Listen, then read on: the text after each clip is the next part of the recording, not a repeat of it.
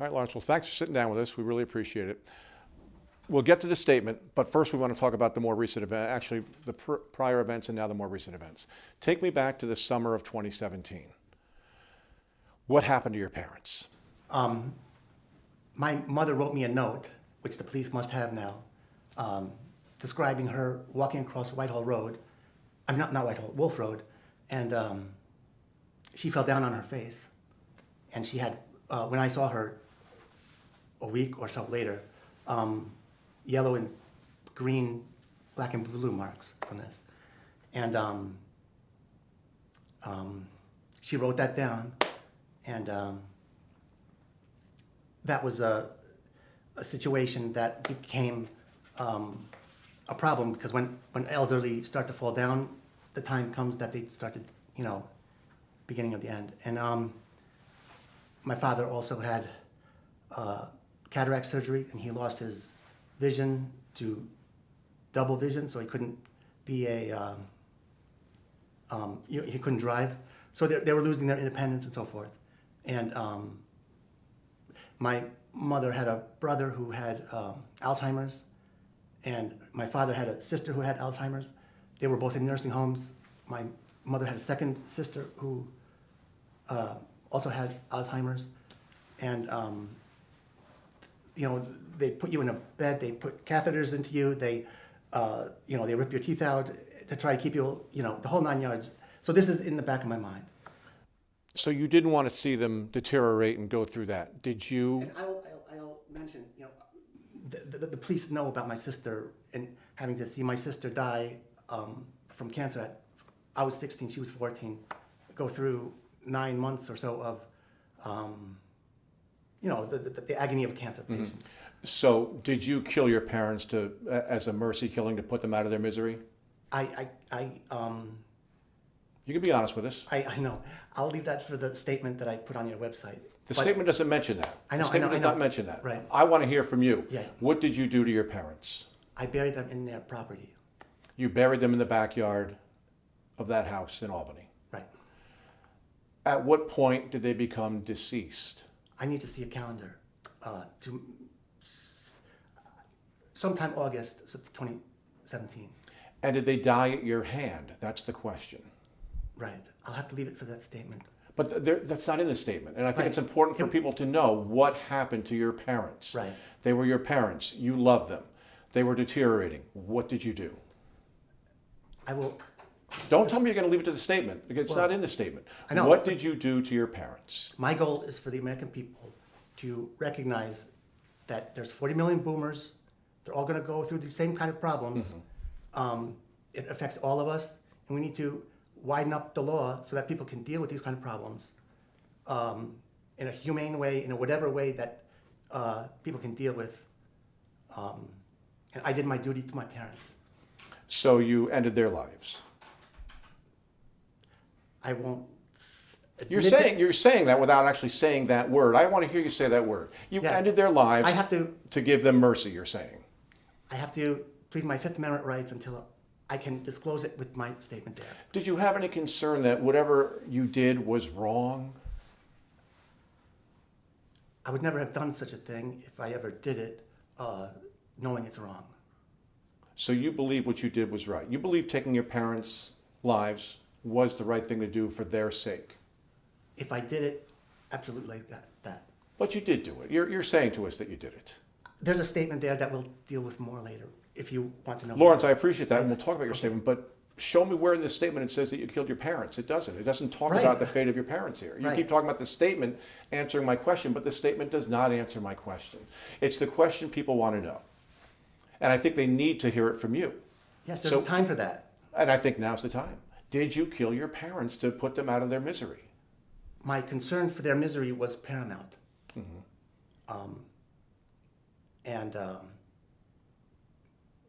It was a huge burden to have to face this coming up.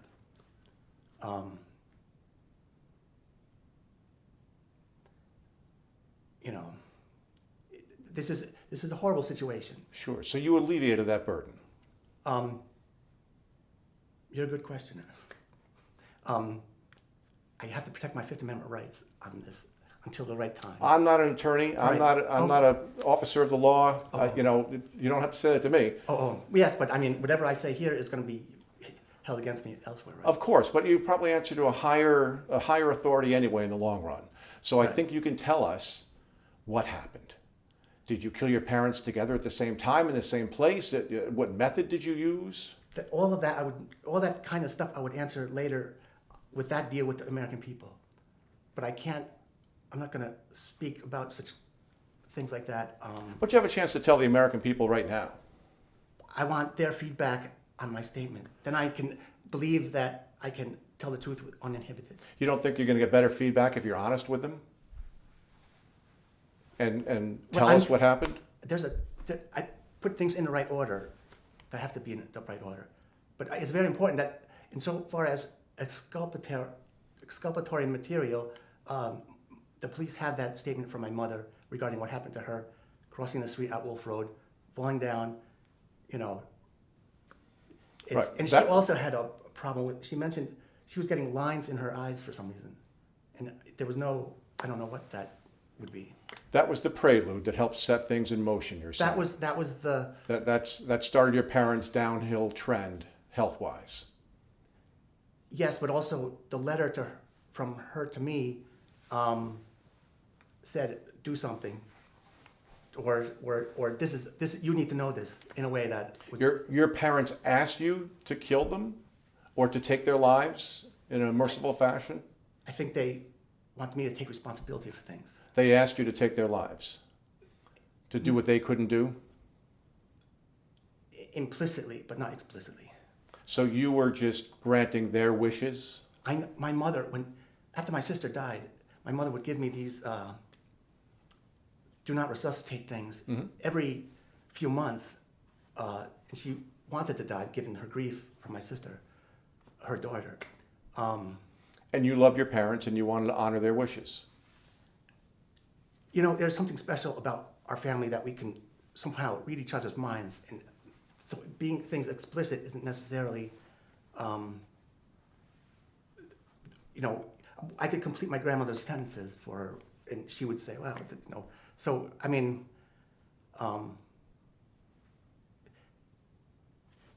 the context of all this became to bear on me. Did one parent, did your mom or your dad more so than the other, ask you to take their lives? They didn't explicitly say that, but they made it clear that they were going downhill. When it actually happened, when your parents died, did they know what was happening to them? Oh, yeah. And they knew it was at your hand? Well, yes, no one else's. Right. So they realized what you were doing to them as it happened. Yes. They knew that this was it for them, that they were perishing at your hand. Yes.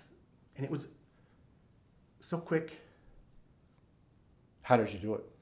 Yeah, I can't talk about that. Well, you've just told us that Right. it was at your hand. Right. Were there drugs involved? Was there No. a suffocation? You suffocated them. You suffocated your parents. Yeah. That was the best way to take their lives, through suffocation. Basically. Which parent did you suffocate first? My father, and after he died, my mother put her head on his chest, and she was there for a few hours, and then I finished her. And then what did you do?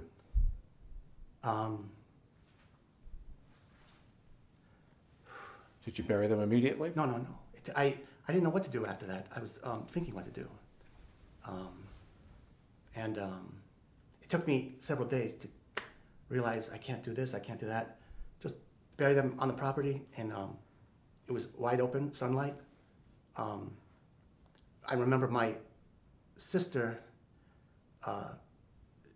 she received either a gift of a lamb or a lamb was given to her upon her funeral, but that lamb showed up, and I put it on my mother's grave, and the police must have that now too. You call it a grave? You bury them in the backyard, you see it as a grave? Well, I bury them, and I put a thing around my mother's grave, and and I planted a peach tree next to her, and I put that there. What did you think as you were doing it? As you were taking their lives? What was going through your head? Not thoughts, action. Make sure it's done, and not fool around, not make a mistake. But I'm sure the police are going to say, "What an incompetent idiot I am on that." But Did they both pass away peacefully? Did they struggle as you did it? I would say the last minute, no. But they're I think my father died very quickly, surprisingly quickly. That shocked me.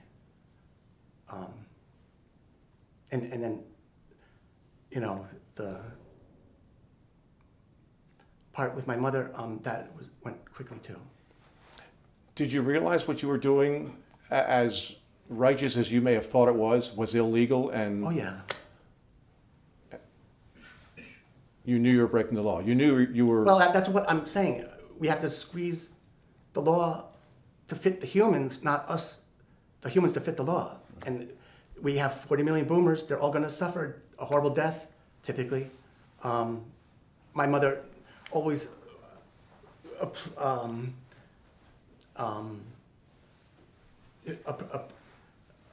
if somebody died in their home, she would say, "Great, that person died with their boots on," instead of going to a hospital and going through a meat processing factory kind of thing. So they were both children of World War II. My mother was born in 42. She was a toddler. She told me she would follow funerals behind the horse and wagon. This is the kind of world she grew up in. My father was at age 12 in a communist concentration camp for 3 years. So they had very serious lives, given the globe, the genocidal British geopolitics, as I call it. So they were not fooling around on things. They were serious people. When you were doing this, did you think about the financial ramifications, the fact that you would continue to take their government money? Once that happens, and what do? The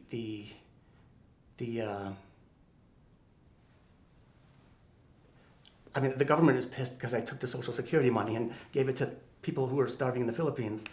Okay then, be angry about that. But the police know all the money that I have went to people to help them, thousands of dollars. I gave almost, not all of it away because there was still a lot left. But I gave away, I didn't play with the money, I gave it away. I didn't enrich myself. Does that justify what you did? No, but this is not a kill for money case, is important to say. It's I was helping people before that just fine, so it didn't. The issue of taking my parents' money for other purposes related to that doesn't fit. That's why the police, they had a theory going which we talked about on Tuesday, and they wanted to try to say that this was taking their money to give away to other people, but it was that the other part is the primary situation. Someone called that blood money. Right, and I was giving it away. But it's still blood money. Well, if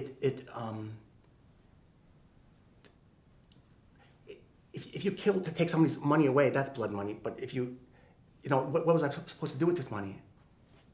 Again, I couldn't tell anyone. The government needs to have an office where you can say, this is something that happened, and here's how it happens, and they need to deal with these kind of problems in an open way. Everything in this country is hidden away, and this is a societal crisis.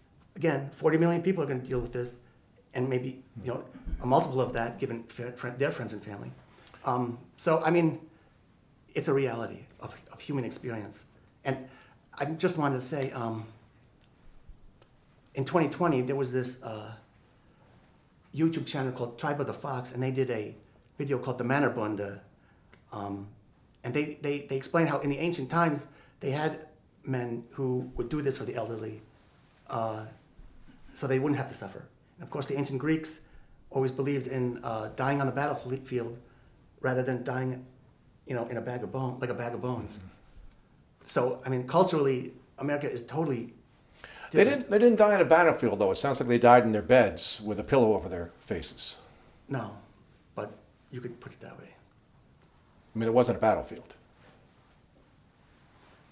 Well, right. It's not. I mean, the preference of people of the ancient Greeks was to die on the battlefield rather than die so infirm that you have nothing.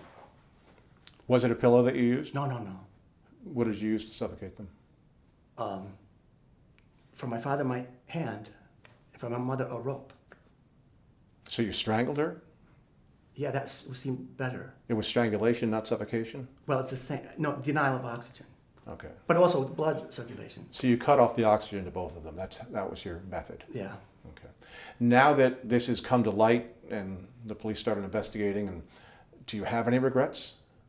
I did the right thing for them based on the situation. I did my duty to them as a son, and that's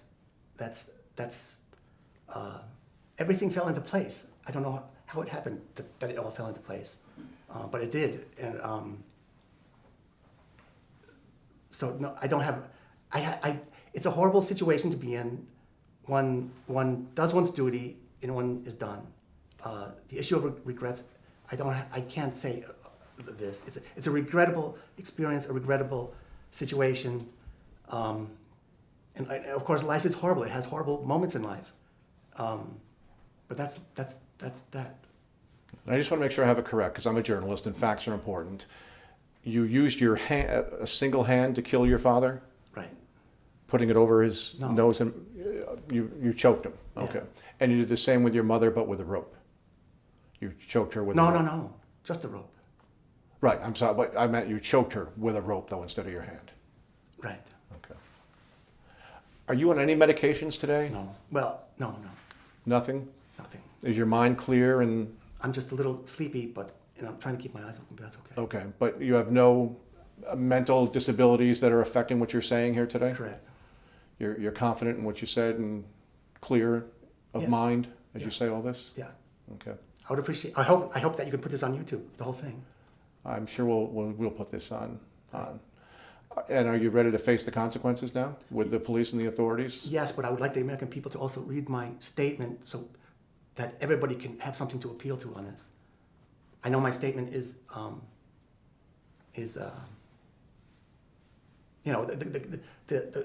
I'm not really concerned about the police or the courts or anything. There's something much bigger in life, and we have to deal with the big things in life. Okay. But again, just to be certain, in 2017, you took your father's life. Correct. And then moments later, or a short time later, you took your mother's life on that same day. Right.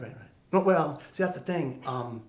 It was late at night, and it was like late evening on one day into early morning next. Okay. So within hours of each other. Right. What did you do between the taking of your father's life and the taking of your mother's life? I'm trying to remember, because there was,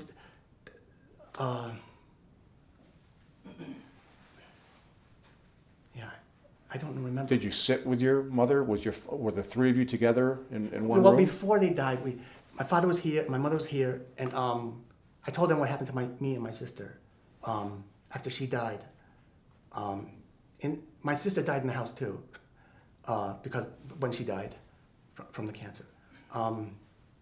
But she died in May of 1988, and then in that fall I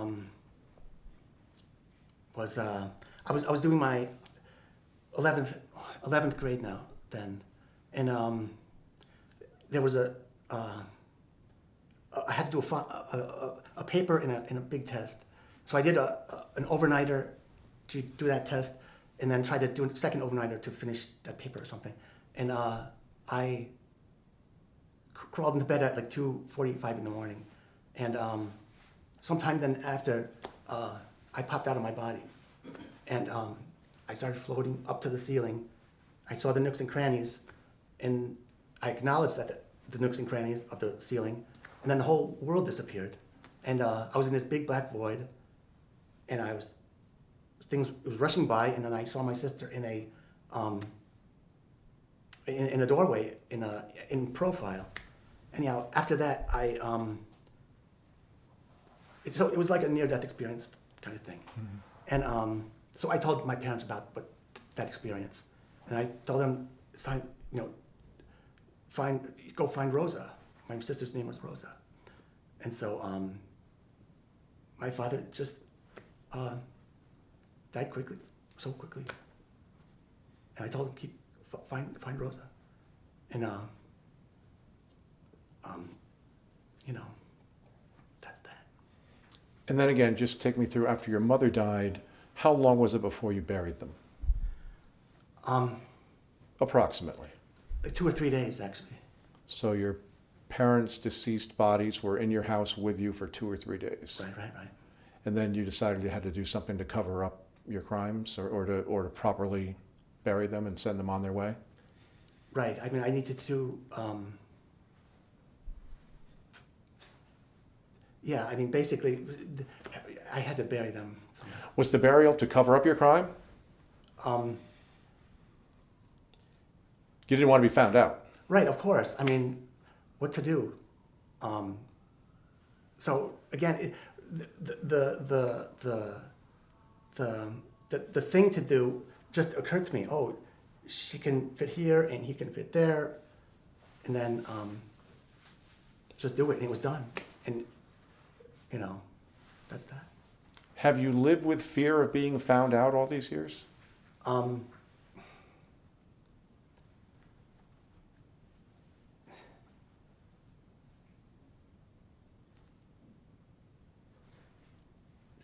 I struggle to do other things with my life to try to make something great out of it, because if that's what I know, that they would not want me to rot away to death in prison over this, and I have a duty to everyone to make the best out of my life, and in the end do what's best for the people of Germany. Really, I call it being a Volkssaver. It took me years to understand all this, but I learned a lot in the last 8 years that I never knew before, and I learned, self-educated in so many ways. So I did not. The issue of being caught is, I was able to buy time to solve huge problems, and that's worth it in many ways. To the American people, to me, and to them, to their legacy, to their, Do you think people are going to accept this rationale? They probably won't. And feel for you?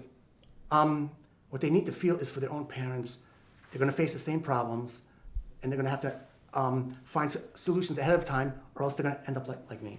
That's the reality. Are you telling other people that when their parents start ailing, they should take their lives? They have a duty to their parents to bring them comfort at the end of life when they believe they need to. But again, just to be clear, you took both your parents' lives. Yes. And you realize that you're probably going to face the criminal consequences. Oh, of course. I mean, you're probably going to be arrested and Well, charged. And Yeah. I mean, I'm sure they're going to. It's a process. You have to go through the process. How it will come out at the end, I don't know. But to influence that process, I would beg the American people to read that statement. All right. Lawrence, thank you for being with us. Oh, I appreciate it Okay. very much. Thank you. Good, guys? You good, Stone? I think we covered all the bases. Yeah. Is there anything else you want to say? Why did you write that manifesto? What? I'm calling it a manifesto. What would you call it? A statement to the American people. Is that what I wrote? That's what you wrote down? I wrote statement to the public, because you said that. Yeah, You said that to me. Right. Yeah. A statement to the public. What was the other option to call it? Manifesto. Not a manifesto. Just a statement to the public. It is a bit rambling, a bit hard to follow. Right. That's why I say I need more conversation over this. But do you think people are going to want to talk about this or the fact that you Absolutely, took your parents' lives? Right, they're going to talk about that. That's what they want to know. It's just the reality. So I mean, they'll it's a horrible situation to be in. Everybody, many other people are going to face it. But are other people going to take the same actions you took? Probably not, because they don't have the same kind of sense of duty to their parents as I did. Duty is I owe it to you to do it, as opposed to right and wrong, the law, etc. These are different ways of being. And of course, the law in this country does not allow for this way of being. But are you truly confident that's what your parents wanted? I know my parents are harsh in certain situations, and if my mother could see where she was going, she would never want that. But you said they didn't expressly ask to be killed. Right. Are you sure you did what they wanted to be done? I think that they would have increasingly would have wanted me to help them if their situation got any worse. So that day in what you think was August of 2017, what made that day the day? I think it was a colder evening, and the windows were closed, so it was not a. It was just no noise or something like that. So you were safe from detection? Is Right, that what right, you're of saying? course. Because it was a summer, right? It's usually hot and windows are open, but it was kind of cold that period. So because it was a little chillier that night, you decided to take your parents' lives. That note she gave me was sometime in May or June, I think. When she said she fell, it was May or June or something like that. So this has been, my father already told me he has double vision. He had a hearing aid. He couldn't hear anymore. His eyes were going. He couldn't drive. My mother, I knew, was not using her turn signals properly. So they were losing their independence and even awareness of the world because of, breakdown. Most people, I think I'm safe in saying, would not take their parents' life because they couldn't use their turn signals properly. That's a very good point, but again, it's not just that.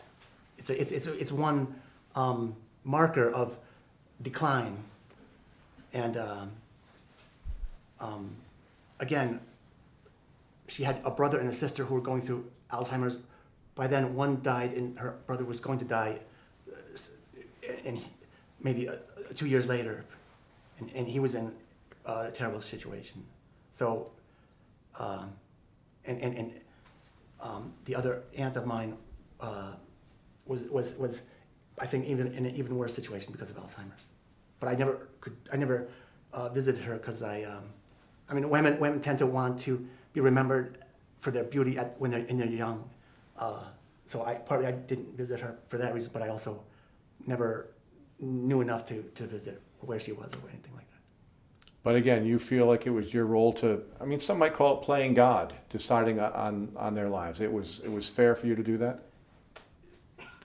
If the decision is going to be made, it's going to be a playing God decision.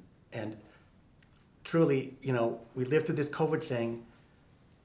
Cuomo is, there's probable cause to arrest Andrew Cuomo for thousands of deaths because it's on the record that he sent people into nursing homes for a certain reason, and there was reports that people died as a consequence. So that's probable cause. But Andrew Cuomo did not put his hand around Right. someone's neck. But Andrew that- Cuomo did not put a rope around someone's right. neck. That he would be culpable of criminally negligent homicide. I think that's So what are you guilty of? Are you guilty of murder? You could say age-related homicide or something like that, but it's not in the law. But it should be. Somehow it should be. And maybe it will be. And maybe if it's accepted at some point, because there's 40 million people, they'll want it to be accepted, this will blow over. And I'm willing to make restitution to the family. That's why I mentioned that other type of legal system. and deal Lawrence, with- this is not going to blow over. I know. You killed your parents. there is that situation, but to me, it's not very important. It's politics is subject to change. Everything is negotiable. Donald Trump has proven that everything is negotiable in this country. And if you have a good idea and you can help people, you can get a better outcome. Did you ever kill anyone else? No way, no way, no way. Did you ever commit physical harm to anyone else? No. This was it. Just Right. your mother and your father. Yep. No one else in your family ever suffered at your hand? No, no, no. Okay. Just wanted to check. Yeah. All right. Thank you, Lawrence. Lawrence, can I ask you a question? One of the neighbors told us on the scene that your parents were under the impression that you were going to take them on a trip. Did you tell them that you were going to take them on a trip before you killed them? No, but I asked my mother if she wanted to go with me for a ride to Grafton Park. We'd like to go there. I think they told people that they were possibly moving to Germany. That's what I said. You said that? Yeah. You said that to people, not your parents. Right. So that was your, People that was your, ask me, where are my parents? I tell them, because my mother's from Germany, and my father was born in Yugoslavia, and then after they could escape communism, they went to Germany, and then my father came to this country, and then my mother in the 50s. But there were neighbors who said that they had been told by your parents, oh, we think we're going to move to Germany. Are they mistaken? Are the neighbors remembering that incorrectly? Or could your parents have said that? They could have said that. Could they have known something was coming? Possibly. You ever give them the impression that maybe you would just move them somewhere? No. No, okay. That's news to me, to be honest. Okay, all right. I think we're done. Okay. Thank you, Lawrence. I appreciate it very much. Thank you for talking to us. Yep, thank you. Yeah, if you can make that all available on YouTube, even on a private website for me, so I can have it Trust on me, record. it will be available. Okay, I appreciate Okay, it. thank you. Yep, thank you.